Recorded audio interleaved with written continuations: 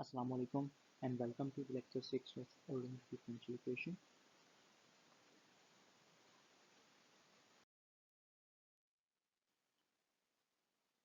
In the last lecture हमने पढ़ा था कि एग्जैक्ट डिफरेंशियल इक्वेशंस क्या होती हैं और उनको हम कैसे सॉल्व कर सकते हैं। तो उसका हमने एक लास्ट लेक्चर में बहुत लेंथी सा मेथड किया था, उसको हम फिर से देखेंगे कि वो कैसे होता है और हम उसके शॉर्ट मेथड्स देखेंगे इस वीडियो के अंदर। तो फिर पिछले लेक्चर की रिवीजन से ही स्टार्ट करते हैं ताकि कुछ आपका रिवाइज हो जाए और जो हम लोग यहाँ पढ़ रहे हैं उसको हम जल्दी से कवर अप करें। आई होप कि आप लोगों ने वो क्वेश्चन शायद किसी ने अटेम्प्ट किए हों करने के लिए जो मैंने दिए हुए थे नीचे एक्सरसाइज में। अगर नहीं भी किए तो इन शॉर्ट मेथड से करेंगे तो वो इजी हो जाएंगे। तो ये हम पहले करेंगे revision from the last lecture. Okay, exact equations क्या होती हैं? An ordinary differential equation of the form mxy dx plus mxy dy is equal to 0. It is said to be exact differential equation if there exists a function fxy of two variables x and y such that differential of x is equal to mxy dx plus nxy dy। यानी कि हम किसी function का जब हम differential लें और वो हमें इस तरह की शक्ल दे दे तो उसको हम कहेंगे ये एग्जैक्ट इक्वेशन है हमारे पास। तो और यहाँ पर हम कहते हैं कि partial f over partial x is equal to m x y and partial f over partial y is equal to m x y. क्योंकि हमारे पास लास्ट लेक्चर में हमने देखा था कि डिफरेंशियल की ये फॉर्म बनी थी हमारे पास, differential is equal to partial f over partial x d x plus partial f over partial y d y. और फिर जब हम इस इक्वेशन को इसके साथ इक्वेट करते हैं तो हम देखते हैं कि partial f over partial x जो है वो हमारे पास एम एक्स वाई आ रहा है और partial f over partial y हमारे पास एन ऑफ एक्स वाई आ रहा है। तो ये सब हमने लास्ट लेक्चर में देखा था, तो आई होप ये सब क्लियर होगा आप लोगों को।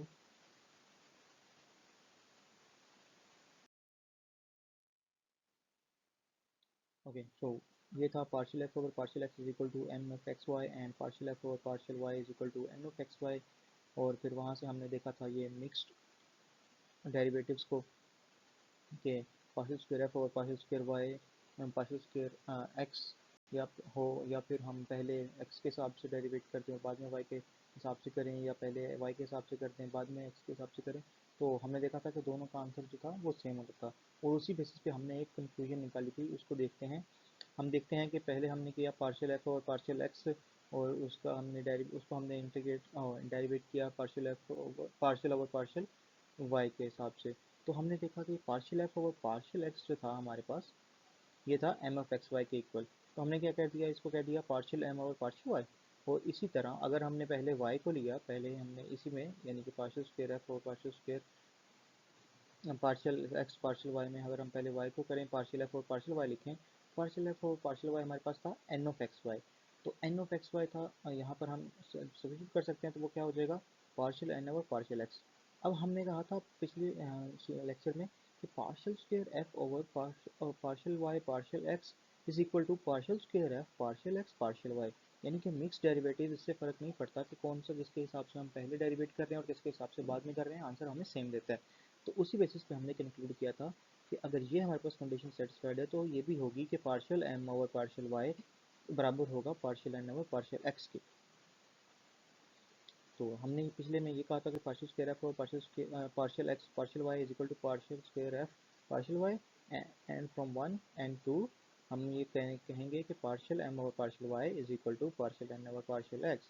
और जब ये कंडीशन कोई भी इक्वेशन सेटिस्फाई करती है तो हम उसको कहते हैं एग्जैक्ट डिफरेंशियल इक्वेशन। तो अगर हमने कोई इक्वेशन को मालूम करना हो कि एग्जैक्ट डिफरेंशियल है, एग्जैक्ट इक्वेशन है या नहीं, तो हम उसके लिए ऊपर ये कंडीशन लगाते हैं और चेक करते हैं कि दोनों अगर इक्वल आ जाएँ तो इसका मतलब है कि वो एग्जैक्ट इक्वेशन है हमारे पास। सो ये रिजल्ट आया था if an ODE given by m x y d x plus n x y d y is equal to 0 is exact. अगर वो एग्जैक्ट होगी तो क्या होगा, पार्शियल एम और पार्शियल वाई बराबर होगा पार्शियल एन और पार्शियल एक्स के।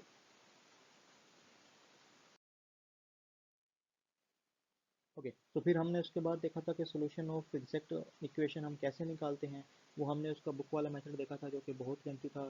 चलिए उसको भी थोड़ा सा रिवाइज कर लेते हैं, फिर उसके बाद ही शॉर्ट वाले मेथड पर चलेंगे ताकि आप लोगों की थोड़ी सी इसकी रिवीजन हो जाए क्विकली, क्योंकि आसान होगा बाद में समझना।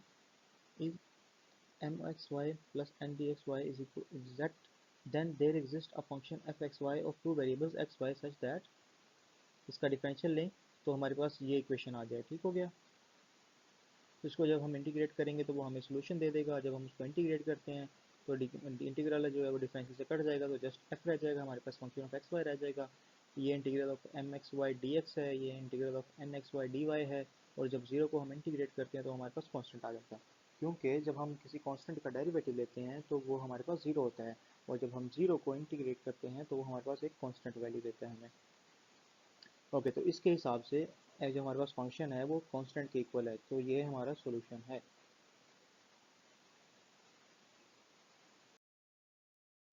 ओके, तो हमने इसको एग्जांपल की मदद से प्रूव भी क्या करते और देखते हैं आगे हम कि ये हमें एग्जांपल गिवन थी 3x into x y minus two d x plus x cube plus two y into d y is equal to zero. तो इसको हम कंपेयर करते हैं m x y d x plus n x y d y के साथ।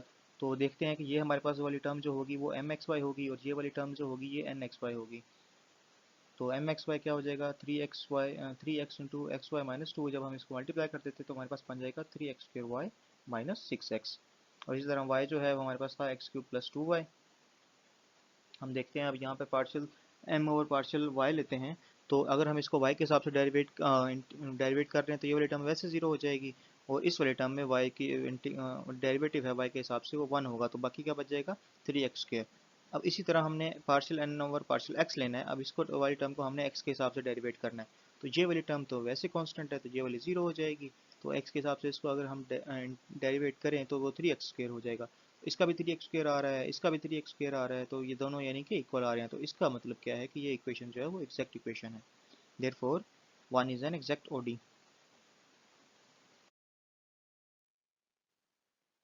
Okay, जब फिर हमने उसका सोल्यूशन निकाल लिया, फिर उसके बाद हम क्या करते हैं कि हमने क्या किया, पार्शियल एफ और पार्शियल एक्स को हमने इंटीग्रेट किया with respect to x keeping y constant. जब हम इसको इंटीग्रेट कर रहे हैं विद रिस्पेक्ट टू एक्स, तो इंटीग्रल में हम क्या कौन सा रूल यूज़ करते थे, पावर रूल। पावर रूल में हम क्या करते थे, एक्स इंटू एन, एक्स हमारे पास एक्स एन है, जब हम उसका इंटीग्रल लेते हैं तो वो क्या हो जाता है x n plus one over n plus one. यहाँ पर क्या था एक्स स्क्र था, तो वो क्या हो जाएगा एक्स क्यूब ओवर थ्री हो जाएगा। तो वो थ्री इस थ्री से कट जाएगा, एक्स क्यूब वाई आ जाएगा। और यहाँ पर क्या हो जाएगा एक्स स्क्र ओवर टू होगा, वो टू इस सिक्स के साथ कट के थ्री माइनस हम सिर्फ थ्री एक्स बाकी बच जाएगा। तो हम देखते हैं यानी कि x cube y minus three x square plus, और अभी हमें कॉन्स्टेंट की वैल्यू दे रहा है एच ऑफ वाई, क्योंकि हमने जस्ट उसको एक्स के हिसाब से किया है। Where hy is a constant of integration which is a function of y alone. To find the complete solution we have to find h of y, for which we take the partial derivative of 3 with respect to y. इस वाले जब का हम partial derivative लेंगे with respect to y, तो वो हमें एक इक्वेशन मिल जाएगी हमारे पास partial f over partial y. और partial f over partial y हमें पता है वो एन ऑफ एक्स वाई के इक्वल होता है। जब हम दोनों को इक्वेट करेंगे तो वहाँ से वो हमारी वैल्यू निकल आएगी। चलिए देखते हैं करके इसको। तो हमने जब partial f over partial y किया, तो इसको जब हमने पार्शियल वाई के हिसाब से डेरिवेट किया तो ये वाली टर्म वैसे जीरो होगी, क्योंकि यहाँ पे वाई है ही नहीं। और यहाँ पर जब आया तो यहाँ पर वाई को जब वाई के हिसाब से डेरिवेट करेंगे तो वन आ जाएगा, तो एक्स क्यूब बच जाएगा, और यहाँ पर एच प्राइम वाई आ जाएगा। ठीक है, तो हमारे पास क्या बन गया h x cube plus h prime of y. और हमें एक इक्वेशन से पता था जो m x y d x plus n x y d y थी, तो वहाँ से हमने क्या कहा था एन ऑफ एक्स वाई किसके इक्वल है x cube plus two y के। अब हम जब इन दोनों इक्वेशंस को जब हम इक्वेट करते हैं तो वहाँ से एक्स क्यूब जो है एक्स क्यूब से कैंसिल हो जाता है, तो बाकी क्या बच जाता है h prime y is equal to two y. अब जब हम इसको इंटीग्रेट करेंगे h prime of y two y को, तो वो हमें क्या दे देगा, या इसके यानी कि जब हम इसका इंटीग्रल लेंगे दोनों साइडों पर, वाई टू वाई का इंटीग्रल क्या होता है, वाई का इंटीग्रल क्या होगा y square over two, two two से कट जाएगा, बाकी वाई स्क्र बच जाएगा। एच ऑफ वाई हमारे पास क्या आ गया वाई स्क्र आ गया। अब हम इसको यहाँ पर पुट कर देंगे।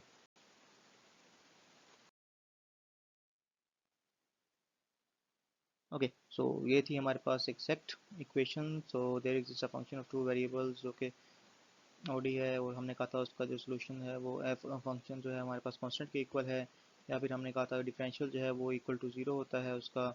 अच्छा, तो हमने फिर ये देखा कि ये m f x y m f n y और पार्शियल स्क्वायर एफ और पार्शियल एफ और पार्शियल एक्स हमारे पास ये आया था।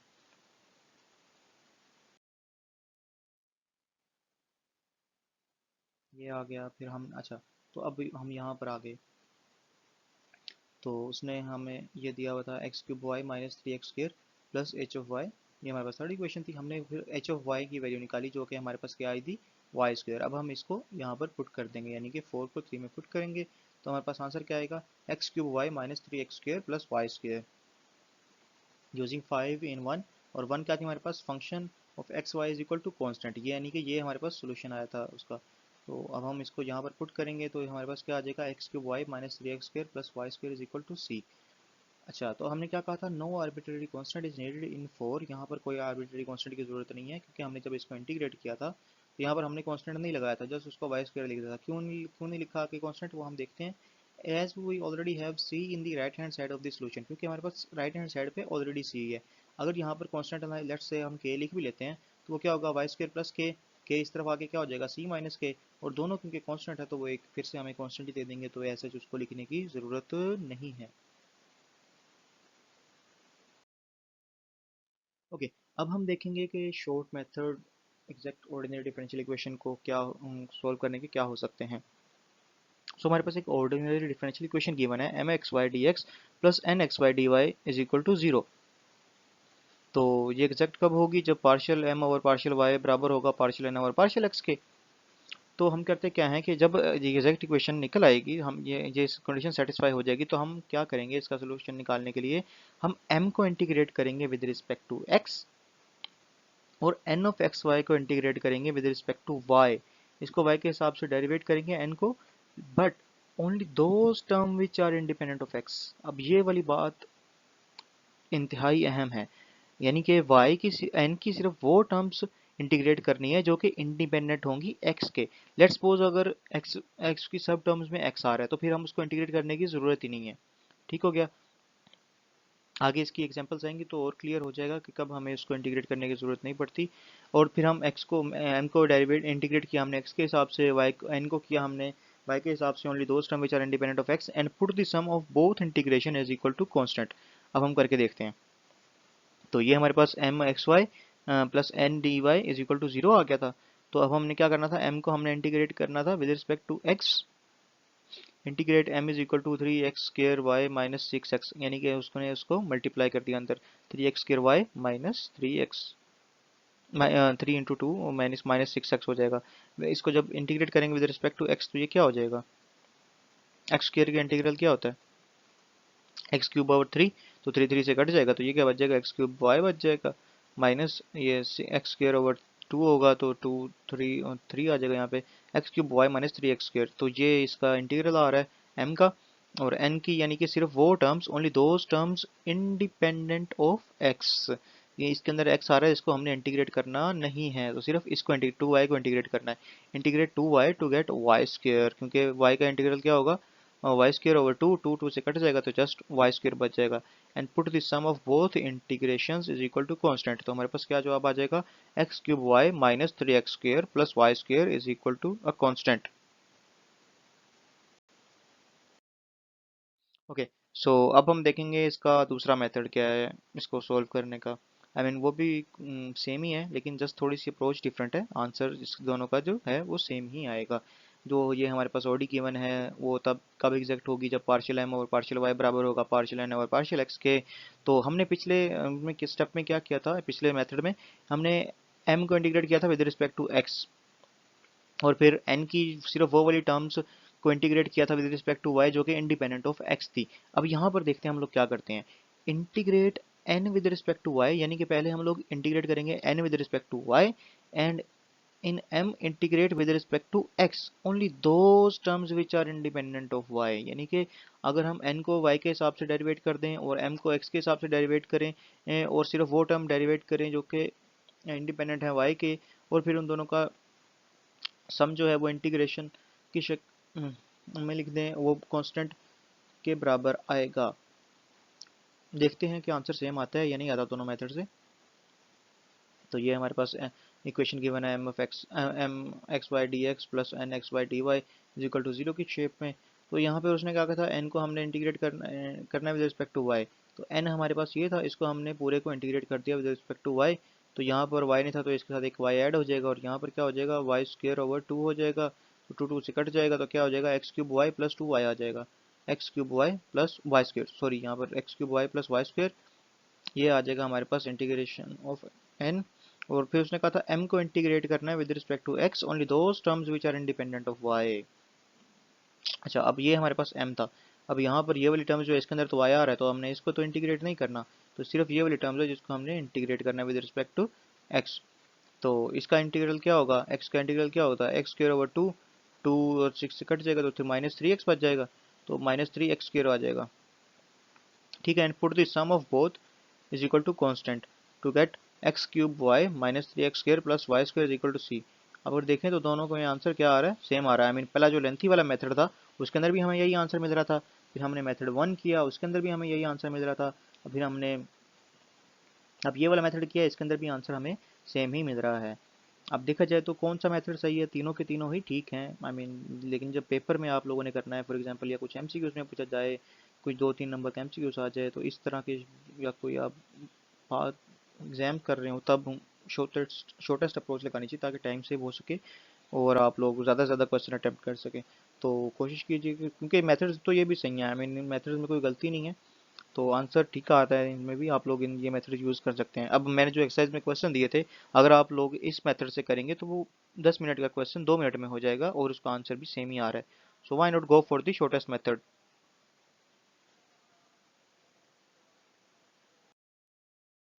ओके से, सो ये वही एक्सरसाइज है, वही दोबारा से क्वेश्चन मैं दे रहा हूँ जो कि आप लोगों ने अटेम्प्ट करने हैं। ऐसे इनिशियल वैल्यू प्रॉब्लम मैं बता चुका हूँ। इनिशियल वैल्यू प्रॉब्लम में हमें एक एक्स की वैल्यू गिवन होती है, एक वाई की वैल्यू गिवन होती है, और वो इसलिए गिवन होती है ताकि हम लोग आर्बिट्ररी कांस्टेंट की वैल्यू निकाल लें, आर्बिट्ररी कांस्टेंट निकाल सकें वहाँ से। ओके, अब फिर ये यहाँ पर हमें एक इनएग्जैक्ट इक्वेशन गिवन है। ठीक है, तो उसे क्वेश्चन मार्क का साइन है। अभी मैं फ़ोन दूसरा यूज़ कर रहा हूँ, सो डजेंट मैटर, मैंने वैसे ही एक्सप्लेन कर दिया।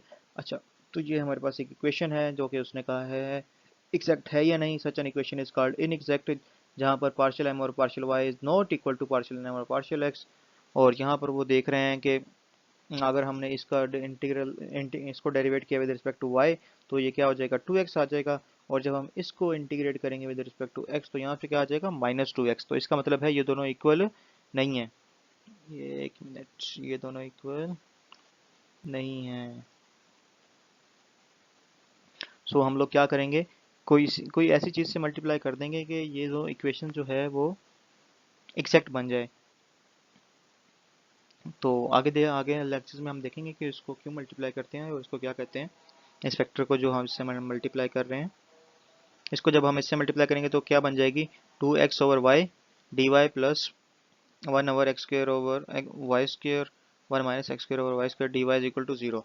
तो ये वाली इक्वेशन को जब हम चेक करते हैं तो ये वाली एग्जैक्ट होगी और फिर हम इसको जस्ट हमने सॉल्व कर लेना है। सो जस्ट आप लोगों ने इसको देखना है कि ये एग्जैक्ट है या नहीं, पार्शियल एम और partial y is equal to partial m और पार्शियल एक्स, और ये बिल्कुल एग्जैक्ट होगी। तो आप लोगों ने जस्ट इसको बाद में इंटीग्रेट करके इसका भी आंसर निकाल लेना है। सो कोई भी क्वेश्चन हो तो आप लोग कमेंट कर सकते हैं या फिर हमें फेसबुक या जीमेल पे मैसेज कर सकते हैं। और इन जो क्वेश्चंस दिए हैं इनका सोल्यूशन आपको डेफिनेटली हमारे पेज फेसबुक पेज से ही मिलेगा, तो आप वहाँ पर हमसे कांटेक्ट कर सकते हैं। लिंक मैं नीचे डिस्क्रिप्शन में दे दूँगा फेसबुक का भी और जीमेल का भी, या अगर आप फेसबुक नहीं यूज़ करते तो आप जीमेल पर हमसे कांटेक्ट करके वहाँ से आप हमसे इसके आंसर जो हैं वो ले सकते हैं। And there is another request कि kindly subscribe to the channel and watch the videos if you understand something and if you like the lecture. And thank you so much. See you in the next lecture. Allah Hafiz.